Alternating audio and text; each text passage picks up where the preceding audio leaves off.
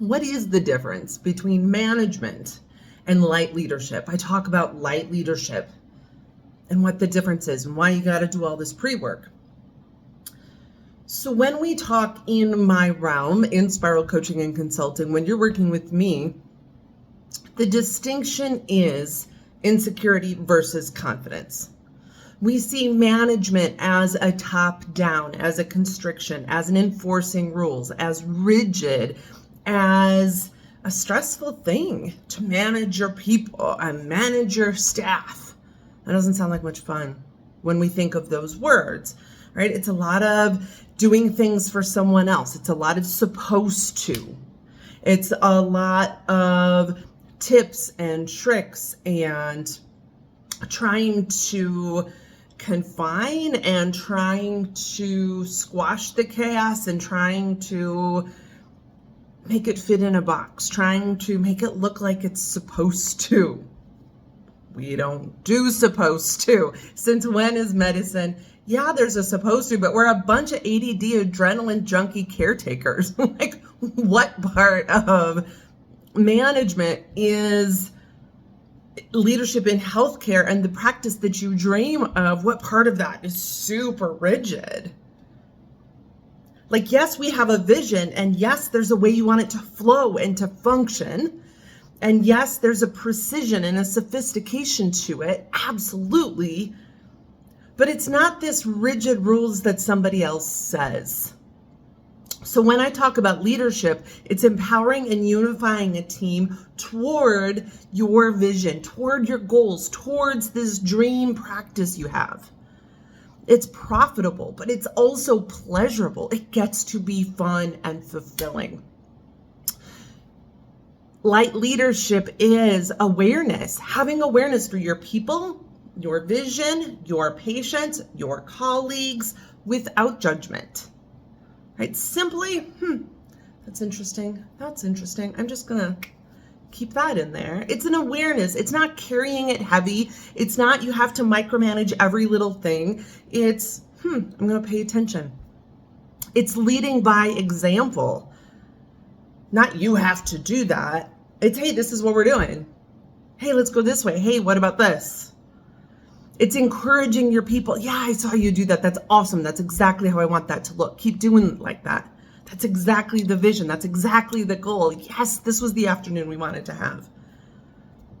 It's empowering your people. Hey, this is the vision. Hey, this is where we're going. And I'm seeing this happen. Like, what are your ideas on that? Hey, you're really great at this. What do you see about that?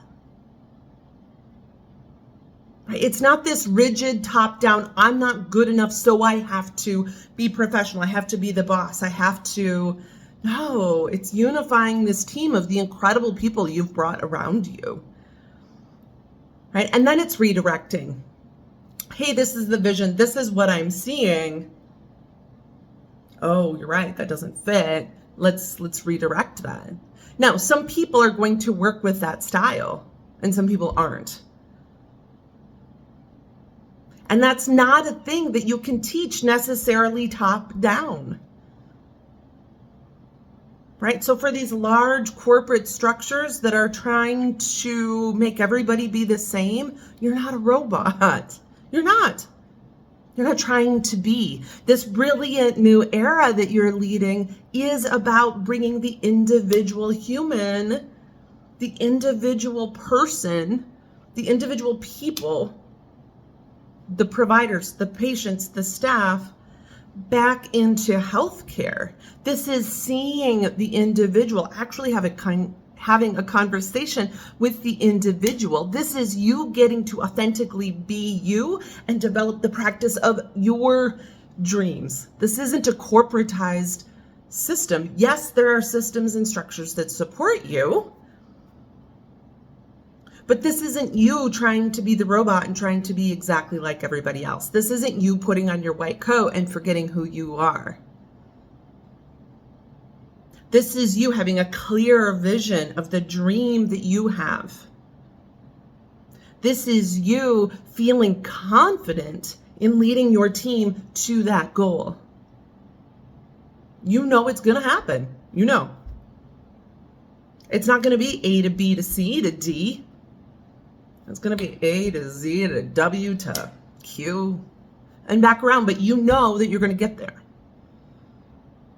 You know that this is the vision that you have and you hold that standard. Yes, there's a precision to it. Like I said, yes, there's a sophistication to it. And one of the things that's so cool about light leadership is that this is a system that can ebb and flow, right? This is a system that can expand and grow with you. This is a system that, as you decide to take some step backs and make some shifts, that can make those shifts with you. This isn't rigid and it has to be this way. This is, hey, now I want to start a family. Hey, now I want to do some traveling. Hey, now we're expanding and people are asking me how I did what I did. So I want to be able to take some afternoons off and go do some teaching and some training and some speaking. Hey, I've got a publication now. We've made a case study out of this practice, out of this patient, out of this idea that I saw. And now I want to go to the next levels with that. But here's the thing. I see so many people speaking about how to lead. Yeah, you got to have awareness, and yeah, you got to lead example, and yeah, you got to encourage and empower and redirect. And if this pre-work isn't done, if you're not clear in your vision, if there's confusion about that, if you're not confident in you, in where you're going, in your people, if you haven't said, yes, this is the practice I will have, if you haven't decided to provide a place for your expression and your values and your authenticity to show up, if you haven't decided to protect it from all the naysayers and all the people that say you can't, from you saying you can't, right? Then these things, they don't work. Then they become heavy and they become stressful and it becomes a really intentional thing that you have to do. Where if you do this pre-work first, if you get your empowered and authentic relationships, you get this solid foundation in that. If you see that systems and structures are there to support you in your vision and in your goals,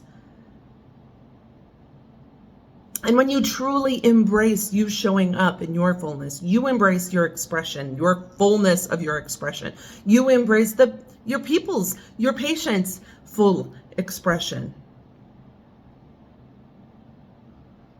And then you say, yes, and in that, this is what this looks like.